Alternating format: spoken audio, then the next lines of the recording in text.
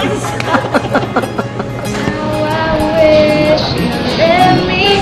not my dream girl. She's my one and only girl. Magkahawak ang mga kamay, pagkasabay sa lahat ng buhay. Hi friends! Welcome to another edition of the Sweet Box Extra.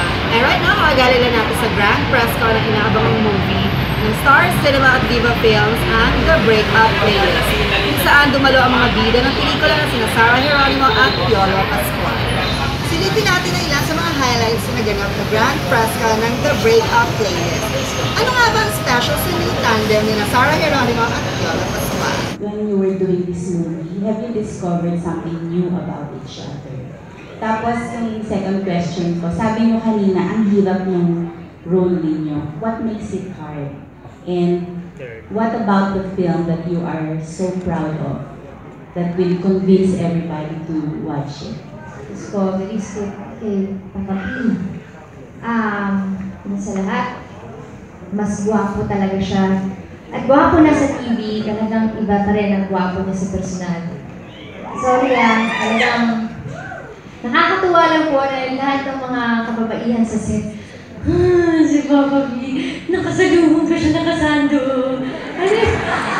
Si Papa B, as in lahat ng kababaihan ko sa set.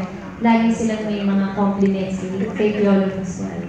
Sa ugali niya, talagang hats off ako. Sobrang yung professionalism niya.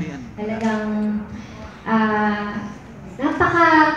napaka-seryoso niya sa trabaho, pero he also knows how to have fun. Pagka nagkwentuhan sa set, ano siya, yung giving din, yung mas ako pa nga, kasi diesel ako mas ako pa nga yung nahihiya talaga na magkwento, yung magpakatotoo, pero siya yung talagang napaka-natural lang. Gusto ko na lumalabas pagka may eksena kami na yung minsan bumibitaw siya, yung talagang meron pa may eksena na tuwang-tuwa ako, napaka-totoo nung tawa ko kasi nandun yung Gino, pagiging Gino niya, pero lumalabas yung pagka-Piolo Pascual niya, na may ganun pala siyang side, yung pagiging komedyante niya. Yun pala yung sinabi niya, gusto ko maging komedyante. Yun. Saka, favorite niya yung mais na, yung mais pagkain talaga. Yung puting mais. Bakit mahirap yung role? Katulad po nang nabanggit ko kanina, mahirap yung thought na portray ko yung character na girlfriend ni Gino na mapoportray si Piolo Pascual. Kasi siyempre nai-intimidate po ako, hiyang-hiya talaga ako. Kasi mahawakan man lang, hiyang-hiya talaga ako para akong matutunaw. Pawis na yung kilikili ko. Noong test pa lang, hiyang-hiya na po talaga ako. Pero na-enjoy ko po. At saka isang karangalan po na makatrabaho ang isang Piolo Pascual. Una-una, napansin ko kay Sarah, nung gumagawa kami ng pelikula, may siyang kumanta. Kaya tawag sa kanya si Jukebox. Pinahala siya kakanta sa isang eksena or while waiting for a scene. And ayun, alam naman natin lahat na mabungis siya, di ba? Mahilig siyang tumawa. But what I can say about Sarah is that she's very simple, napakabait na bata, napakabait na kasama sa trabaho. And she loves what she does, She has respect for the craft as well. And marami pa siyang pwedeng ibigay kasi nakikita ko naman talaga na working with her.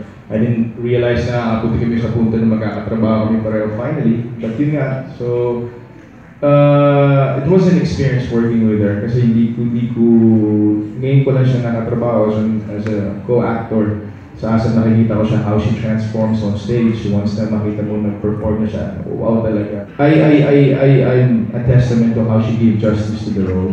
Talagang makikita, makaka-relate lahat ng mga babae, especially yung mga musicians na dumadaan sa mga ganung pagkakataon. Ang hirap kasi ng role niya, pero talaga namang nandun siya, 100%.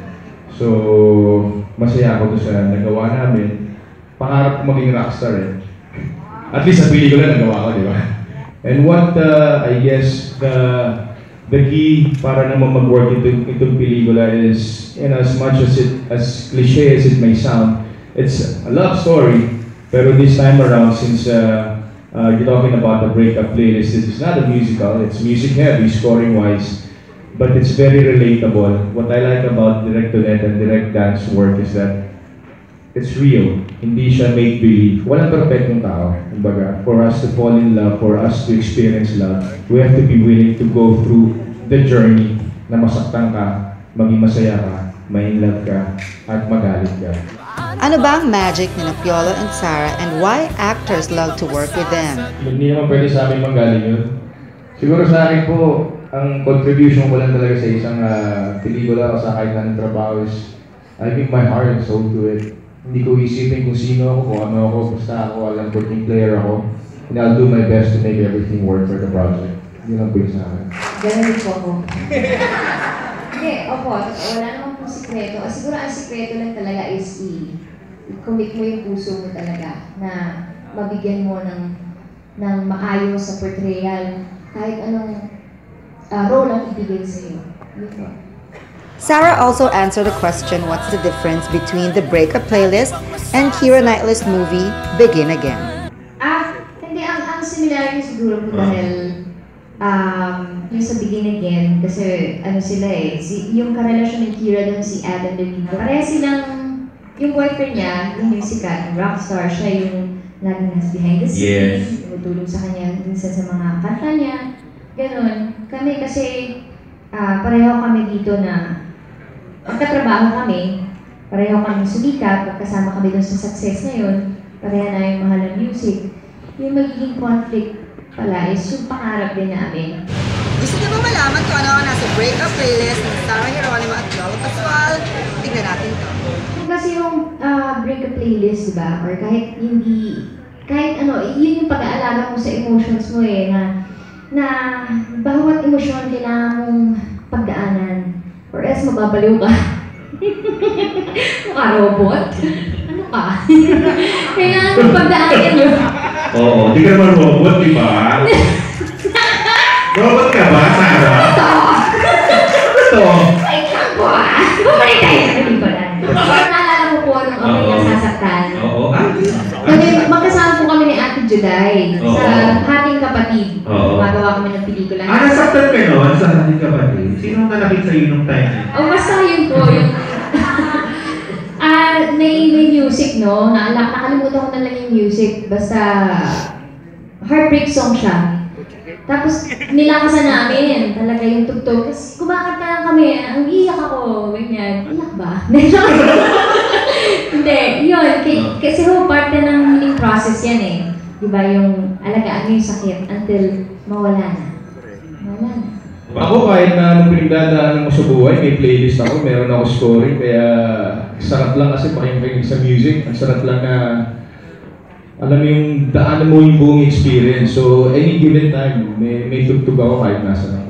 Tapos, play ko ng music para mas masakit pa. Oo, torture mo rin sabihin. Torture mo pa.